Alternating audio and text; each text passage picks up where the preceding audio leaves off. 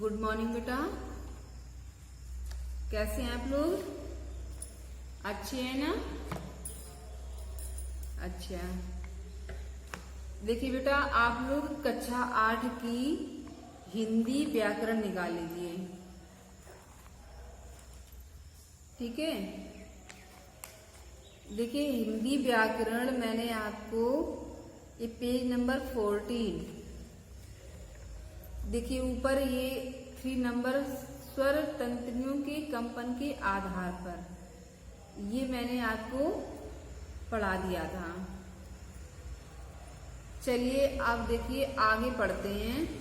आगत वर्ण, ये आगत वर्ण, इसका क्वेश्चन भी मैंने आपको लिखवा दिया था। यहीं से आज हम पढ़ेंगे। देखिए आगत वर्ण क्या है? जो वर्ण अन्य भाषाओं जैसे अंग्रेजी, अरबी, फारसी आदि से आकर हिंदी भाषा में जुड़ गए। ये आगत वर्ण कौन से हैं? जैसे अंग्रेजी, अरबी, फारसी, ये जो अन्य दूसरी भाषाएं हैं, इन भाषाओं के जो शब्द हिंदी भाषा में जुड़ गए हैं, ये हमारे क्या कहलाते हैं? आगत वर्ण। जो ये वर्ण इसमें जुड़े हुए हैं, ये आगत वर्ण कहलाते हैं। जैसे का, खा, गा, जा, फा, आ, दा आदि। अर्थभेद होने के कारण, अर्थ का भेद होने के कारण हिंदी भाषा में इनका प्रयोग किया जाने लगा।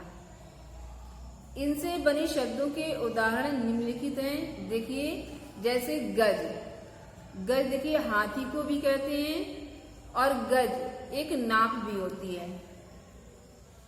और देखिए आगे राज, राज देखिए एक राज्य भी होता है, और राज एक रहस्य भी होता है। और देखिए खुदा, खुदा जैसे खोदा हुआ, जो खुदा हुआ नहीं पड़ा होता है, जमीन खुदी होती है, उसको कहते हैं ये खुदा है। और खुदा किसको कहते हैं? ईश्वर को। और देखिए काफी, काफी जैसे ज्यादा मात्रा में कोई चीज होती है तो कहते हैं काफी है, काफी है, पर्याप्त है। और कॉफी एक क्या होती है? जो पीने वाला पदार्थ होता है, एक पेय पदार्थ है। देखिए अयोगवाह, अब देखते हैं अयोगवाह क्या है। अयोगवाह ऐसे वर्ण होते हैं जो ना तो स्वरों के मेल से बनते हैं और ना ही व्यंजनों के मेल से। अयोगवाह वर्ण जो होते हैं ना वो स्वरों के मेल से बनते हैं और ना व्यंजनों के मेल से। अयोगवाह के निम्नलिखित 3 रूप होते हैं। कितने होते हैं? 3 रूप होते हैं। कौन कौन से? अनुस्वार और अनुनासिक और विसर्ग, ये 3 रूप होते हैं। अब देखते हैं संयुक्त व्यंजन। संयुक्त व्यंजन क्या है? 2 व्यंजनों के संयोग यानी मेल, संयोग का मतलब मेल से बने वर्णों को संयुक्त व्यंजन कहते हैं। हिंदी वर्णमाला में 4 वर्ण संयुक्त व्यंजन होते हैं। हिंदी वर्णमाला में 4 वर्ण संयुक्त व्यंजन होते हैं। इनकी रचना देखिए किस प्रकार से है। 2 व्यंजनों का मेल कौन कौन से? का और सा।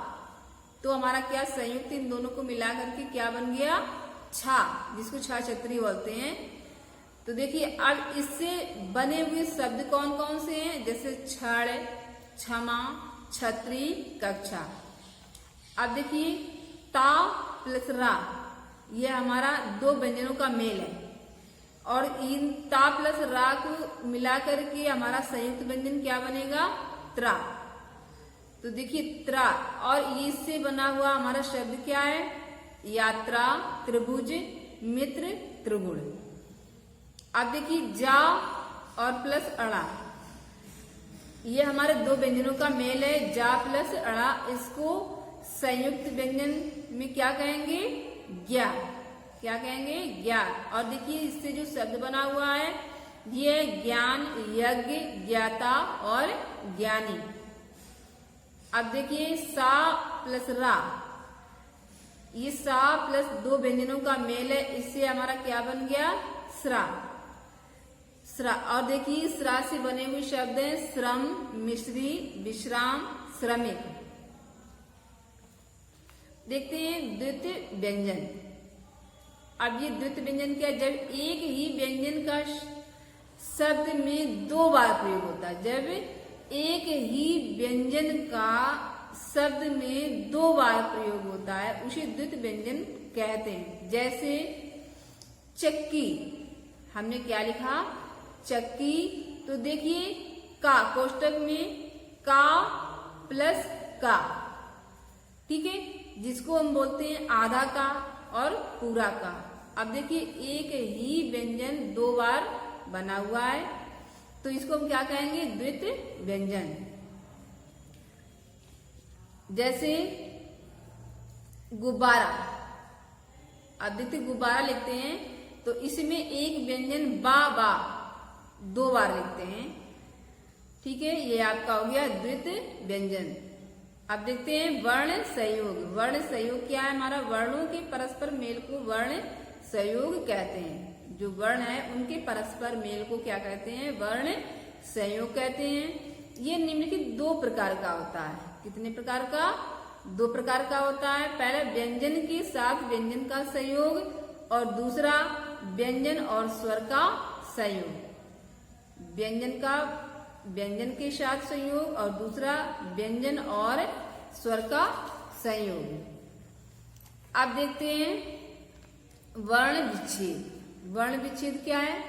किसी शब्द के वर्णों को पृथक पृथक करना ही वर्ण विच्छेद कहलाता है। पृथक पृथक का मतलब होता है अलग अलग। क्या होता है? अलग अलग। तो देखिए जैसे राजा, तो राजा को लिखने में रा प्लस आ प्लस जा प्लस आ, ये हमारा क्या हो गया? वर्ण विच्छेद। क्या हुआ? हाँ, वर्ण विच्छेद। अब देखते हैं जैसे बल या बलाघात। बल या बलाघात किसे कहते हैं? शब्दों का उच्चारण करते समय प्रत्येक अक्षर पर समान बल नहीं दिया जाता। जब हम शब्दों को बोलते हैं, उच्चारण करते हैं, तो प्रत्येक अक्षर पर, प्रत्येक जो जितने भी अक्षर हम बोलते हैं उस पर समान यानी एक समान यानी बराबर बल नहीं दिया जाता है। किसी शब्द पर अधिक तो किसी पर कम बल दिया जाता है। उच्चारण के इसी बल को हम क्या कहते हैं? बलाघात। जो उच्चारण करते समय, बोलते समय ये बल लगता है, इसको क्या कहते हैं? बलाघात। जैसे कैलाश ने कक्षा में प्रथम स्थान पाया। अब देखिए वाक्य में कैलाश ने पर बल दिया। अब देखिए कैलाश ने पर बल दिया किस पे? कक्षा में प्रथम स्थान प्राप्त किया। तो इसमें अभिप्राय है कि केवल कैलाश ने इसमें बल दिया। किसने? कैलाश ने, और किसी ने नहीं। किसमें? कक्षा में प्रथम स्थान पाने के लिए। अब देखिए अनुतान क्या होता है? अनुतान बोलते समय सुर के उतार चढ़ाव को अनुतान कहते हैं। जब हम बोलते हैं जो सुर निकलता है उसके उतार चढ़ाव को क्या कहते हैं? अनुतान कहते हैं। ये किसी भी शब्द या वाक्य में प्रयोग किया जाता है। ये किसी भी शब्द या वाक्य में प्रयोग किया जाता है। जैसे शब्दों में अच्छा, क्या बोला? अच्छा। अब शब्द के अर्थ के रूप में, सामान्य कथन या स्वीकृति के रूप में। देखिए जैसे वाक्यों में मोहन गया, अब वाक्य के अर्थ के रूप में सामान्य कथन है ये। अब देखिए आगे संगम या संहिता। संगम या संहिता देखते हैं क्या है? शब्दों का उच्चारण करते समय एक ध्वनि का उच्चारण कभी तो बिना किसी रुकावट के किया जाता है और कभी थोड़ा सा रुककर। जब हम शब्दों का उच्चारण करते हैं तो जो उस समय ध्वनि का उच्चारण होता है, जो आवाज निकलती है, तो कभी किसी बिना रुकावट के किया जाता है और कभी थोड़ा सा रुक करके। दो ध्वनियों के बीच लाए गए इस विराम के कारण यानी रुकने के कारण कभी कभी शब्द का अर्थ बदल जाता है। जैसे हमने किसी एक शब्द को बोला और कहीं बीच में थोड़ा सा विराम ले लिया तो उसका अर्थ अलग हो जाता है उस शब्द का, और जैसे हम एक साथ बोल देते हैं तो उस शब्द का अर्थ अलग रहता है। देखिए, तो इसे हम क्या कहते हैं, इसी विराम का नाम क्या है, संगम। जैसे हमने बोला शब्द में क्या बोला, सिर और का, सिर एक साथ बोल दिया, का को अलग कर दिया। तो देखिए इसका अर्थ क्या हुआ, यदि इसका उच्चारण विराम देकर किया जाए तो इसका अर्थ हुआ सिर का, यानी सिर को अलग कर दिया और सिर का अलग हो गया। तो जैसे अब सिर का यानी मेरे सिर का दर्द तो बढ़ता ही जा रहा है, यानी सिर और का, ये सिर जो सर बोलते हैं हम लोग, कहते हैं हमारा सर दर्द हो रहा, तो ये सिर का दर्द तो बढ़ता ही जा रहा है। अब देखिए हमने ये सिर का अलग अलग था, अब इसको एक साथ में ही बोलते हैं सिर का, क्या बोलते हैं, सिर का। तो देखिए इसका उच्चारण एक ही झटके में किया, एक ही साथ हमने बोला, तो इसका अर्थ हमारा क्या है, सिर का क्या है, जानते हो आप लोग कि एक पदार्थ है, क्या है, एक पदार्थ है जो अचार आदि में प्रयुक्त किया जाता है। ठीक है बेटा, देखिए ये आप लोगों का लेसन पूरा हो गया। और देखिए मैंने आपको इस लेसन के क्वेश्चन आंसर ये का, खा और गा, का, खा और गा, ये तीन मैंने आपको राइट करवा दिए थे। अब देखिए घा नंबर का जो ये क्वेश्चन है, ठीक है, इसको मैं आप बोल रही हूँ, ठीक है, आप लोग अपनी नोटबुक निकाल लीजिए और राइट करिए।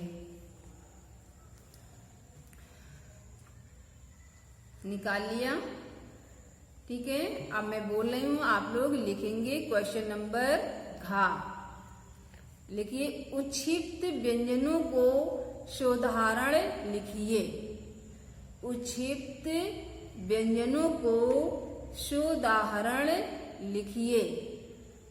लिख लिया, चलिए इसका आंसर लिखिए।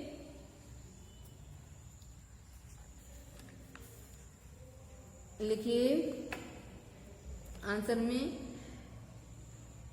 पॉइंट आप डाल लेंगे उच्छिप्त व्यंजन। अब आगे लिखेंगे, इन वर्णों के उच्चारण में, इन वर्णों के उच्चारण में जीभ उठकर झटके से नीचे गिरती है। क्या होता है, इन वर्णों के उच्चारण में जीभ झटके से नीचे गिरती है, उच्छिप्त व्यंजन को बोलने में। लिख लिया, नीचे गिरती है। कौन कौन से हैं आगे लिखते हैं, इन्वर्टेड कॉमा के अंदर लिखेंगे डा तथा ढा, उच्छिप्त व्यंजन हैं। जैसे डर,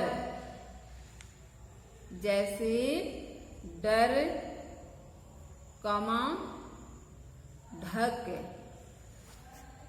कमा ढक, हो गया। चलिए अगला क्वेश्चन लिखिए। लिखिए, अयोगवाह से आप क्या समझते हैं, स्पष्ट कीजिए। अयोगवाह से आप क्या समझते हैं, स्पष्ट कीजिए।